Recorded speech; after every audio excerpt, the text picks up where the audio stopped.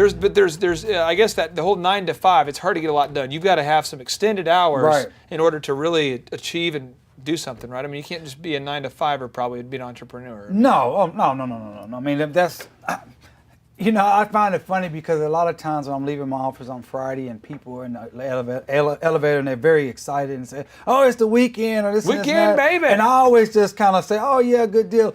But that really doesn't mean a lot to me because my days are not set on if it's Friday or Saturday. It says, have I got what I need to get done?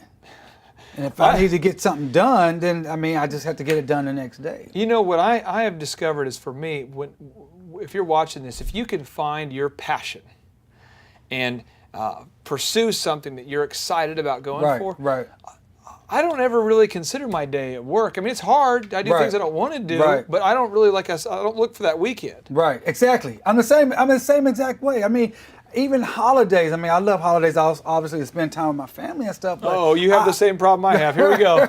I enjoy doing what I do. And like you said, it's work. And that's what I tell young people all the time. I tell, you know, anyone that's watching, find something you're passionate about because work is work. But if you are passionate about it, it's like, this is what you do. This is what I do. I solve problems for people. I create solutions. That's what I do for a living. That's what I like to do. And when I leave here today, when I get home, I'm gonna be thinking about the solutions I can solve for somebody because that's what I do. So let me ask you this here then. You're waking up early, but you're saying, you know, some creative people have to stay later. That's kind of their zen time or their peak time. Right. How do you organize your day though? Because I see a lot of people, this is what I see. This is what I see. This is what I see here. I see a lot of clients that come and they hire me to work as their consultant. And they have a list of, let's just say, 20 things that they need to get done today. 20 things. And I always tell them, you start off by asking what needs to be done. Then we ask ourselves who needs to do it. And then we ask ourselves when. And that's basically my process. And if it's a big task, I'll ask myself, how long will it take? And then we have to schedule it because it all has to fit into this day timer. I mean, it all has to fit in this, like in your case, 6 to 6:30. We have to fit our whole day in here, right? And I see people that don't write anything down, and I'm wondering, how are you able to get anything done without that? How do you stay organized? Do you use your phone, your computer? Do you I use a team concept. I need a team to stay organized. I'm all over the place naturally. I almost have a little touch of the ADD. So if I don't use a team concept, and what I mean by that, as soon as we talk, if I talk to someone, I try to put it in my phone. So that's kind of your weakness.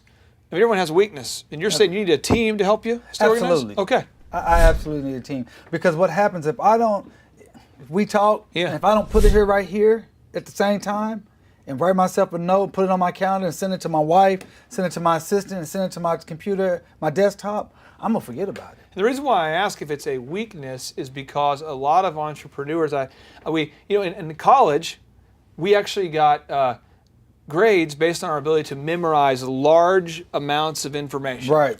But in the world of entrepreneurship, I have found that really it's not about how much you can memorize, it's about if you can find it later. Right. It's about how quickly you can access the information. And I've almost found that like entrepreneurs, I don't even know what I did sometimes, like for the day. My wife says, what'd you do today?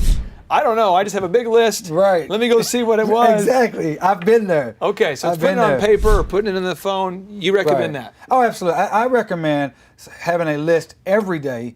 And I can honestly say the days that I stick with my schedule, because we all get off sometimes, right?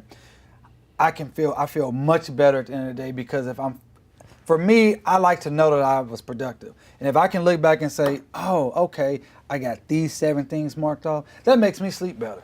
Are there any apps you use, phone apps, any specific things you use to keep track? Is it Google? You use Google Gmail? What do you use to keep track of your day timer and your to-do lists? On my phone, I will email myself. I put it on my calendar. Yeah. And on my calendar, once I calendar, it can say invited guest. And I always place my wife because 2 reasons. Number 1, I like for her to know where I am because I'm always moving around. Yeah. And number 2, she can remind me, if I'm at home, and she said, wait a minute, don't you have this thing you need to be getting doing or something like that?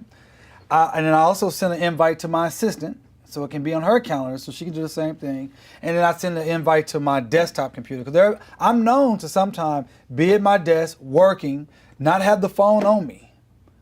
forgetting about something, but it might pop up on my screen like, hey, you need to get somewhere in 15 minutes.